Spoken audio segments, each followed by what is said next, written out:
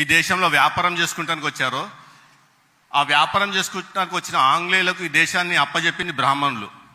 ఆనందమఠి పుస్తకం ఎంతమంది చదివారు?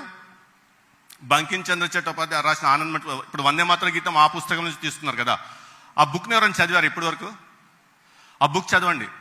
అందులో బ్రాహ్మణులు స్పష్టంగా ఆంగ్లేయులను పొగుడుతూ, ఆంగ్లేయుల వల్లనే మనకు విడుదల, ఆంగ్లేయుల వల్లనే మనం మళ్ళీ తిరిగి అధికారం సంపాదించుకోగలము, ఆంగ్లేయులను ఆ దేవుడే మనకు పంపించాడు, ఆంగ్లేయులే వారి యొక్క దేర్ లార్డ్, ఆ ఇంగ్లీష్ లీడర్షిప్ని దేర్ లార్డ్షిప్కి అంగీకరించినారు చెబుతూ, ఇప్పుడు ఏ సంస్కృత భాష గురించి, ఏ సంస్కృత గ్రంథాల గురించి మా గొప్పగా ప్రచారం చేసుకుంటున్నారో అవి తుచ్చమైన జ్ఞానము.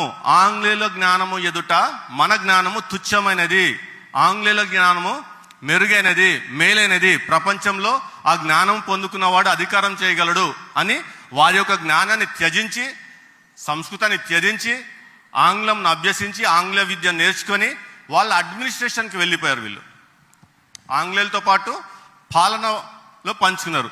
ముస్లింలను ఎందుకు ఎదిరించలేదు, ముస్లింలను ఎందుకు వద్దని చెప్పలేదంటే, ముస్లింలతో ఏ విధంగా పాలన పంచుకున్నారంటే, వీరింటి ఆడపిల్లలని వారి ఇళ్లలోకి ఇస్తూ వారితో సంబంధాలు కలుపుకొని ఆ విధంగా వారితో పాటు వారి పాలనలో భాగస్వామ్యం అయ్యారు.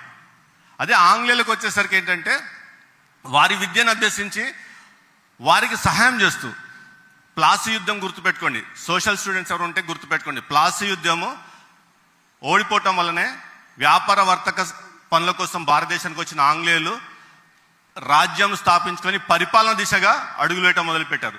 సిరాజ్ యుద్ధాల్లో ఓడిపోవటానికి కొందరు ముస్లింలు కారణమైతే 80% బ్రాహ్మణులు ఆంగ్లేయుల పక్షంగా ఉండి రహస్య సమాచారం అంతా వారికి చేరివేస్తూ, వారిని ప్రోత్సహిస్తూ వీరికి వ్యతిరేకంగా యుద్ధం చేసినప్పుడు, అప్పుడు మొట్టమొదటిగా ఆంగ్లేయులు ఈ దేశంలో తమ రాజ్యాన్ని స్థాపించుకోవడానికి అవకాశం కల్పించినారు.